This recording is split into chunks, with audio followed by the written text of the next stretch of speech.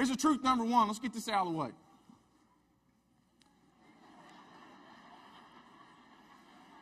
If you aren't laughing at this slide, you don't work with kids. Children are designed to control and upset you. I didn't say they might. They could if they practice. I mean, they are designed from the moment they come into this beautiful place. They have all the equipment and abilities to upset you in the highest degree. Now, normally there's not a lot of things you can prove with a room this size, but I'm going to prove this right now for you.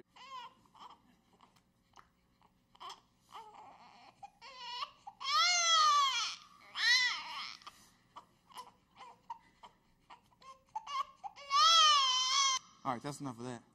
Whew. I got a 1-year-old at the house. That'll stir you up. All right, here's a good counseling word or phrase. How'd that make you feel? When you hear that baby cry, how's that make you feel? Somebody give me something. Shout out, it's okay. What's that? I underestimated the room. I surely shouldn't have said that. Oh, I'm glad I don't have any babies. You're relieved. Well, obviously, I didn't put her there. Usually, when you hear a baby cry, and some of you guys that heard, it's upsetting. First, it's upsetting. What's happening is when a baby cries, that cry triggers, and I'm not going to go through all the neurology. We don't have time for that. In the deep part of your brain, there's your deep limbic system and your brain stem. And these are very primal, very basic parts of your brain. And when that baby cries, those parts of your brain trigger an alarm. And it triggers what you've all heard of, the fight or flight response. Your heart rate starts to increase. Your breathing starts to get shallow. You start to sweat. Your pupils dilate. All these things start happening without any control of your own. Because no one's sitting here when I play a baby crying going, I am a helping professional.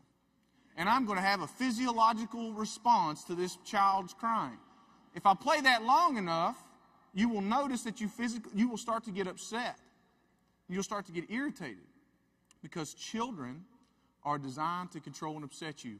And it's one of the most beautiful and scary things about kids. Beautiful is what I'm going to mention in a moment, but it's because our responsibility is to meet their needs. So you have these deep limbic responses that happen, but then what about this? Can y'all see that? Ain't he cute? Now, I want to tell you something. That baby before, that was not, if it wasn't, it's would be a strange coincidence. That was nobody's child in here. That was an iTunes cry. It wasn't even, I bought it off of iTunes. I don't know who that baby was. But I can cause a response in people with a fake picture and a fake cry. And I can make y'all, if this is like a sociopath test. If you don't smile at babies, you're a sociopath. And this is the wrong room for you. And I know this is nobody's baby because that's my baby.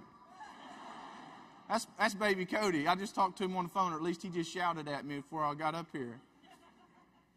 What's interesting is the smile and the cry serve the same developmental function in children, to draw you in, to engage you, because children are designed to control and upset you. Now, I'll tell you a story real quick. See, I've never been affiliated with a major, until now, major university or had a lab or any kind of fancy way to evaluate children, so I had to improvise. Now, you tell me a better place to watch people in their natural element than Walmart. People walking in their pajamas and clothes not all the way covering things that need to be covered, you know what I mean? But, so, I was standing out, it's one of those days, you guys know at the end of the day, like you can be two kinds of tired. You can be irritated tired or like giddy tired. I was like giddy tired, and I used to be in private practice, and I'm standing there, and I got my oatmeal in my hand, and I'm looking in front of me. There's this little guy. He's probably about 3 years old, maybe a little bit younger, sitting in the cart, and their mom's checking everything out. She's putting the food up there, and he's looking at me, smiling, and I'm not a sociopath, so I smile back. I'm like, what are you doing? What are you doing? So he starts hiding behind his mom, and he jumps back. Next thing I know, I'm like, what are you doing? I'm like jumping behind the candy bars and jumping back and like, what are you doing? And he's cracking up. I'm loving it. I'm like, yeah. The mom turns. See, sometimes I forget I'm a 6'2", 200-pound bald man. And some folks might find that slightly disturbing for me to be jumping back and forth in the aisle at Walmart. But I was giddy tired, though, because when you're giddy tired, you make some funny things. And you don't think before you say stuff. And she looks at me, the mom looks at me, was a little bit disturbed. I said, oh, don't worry, I'm a professional.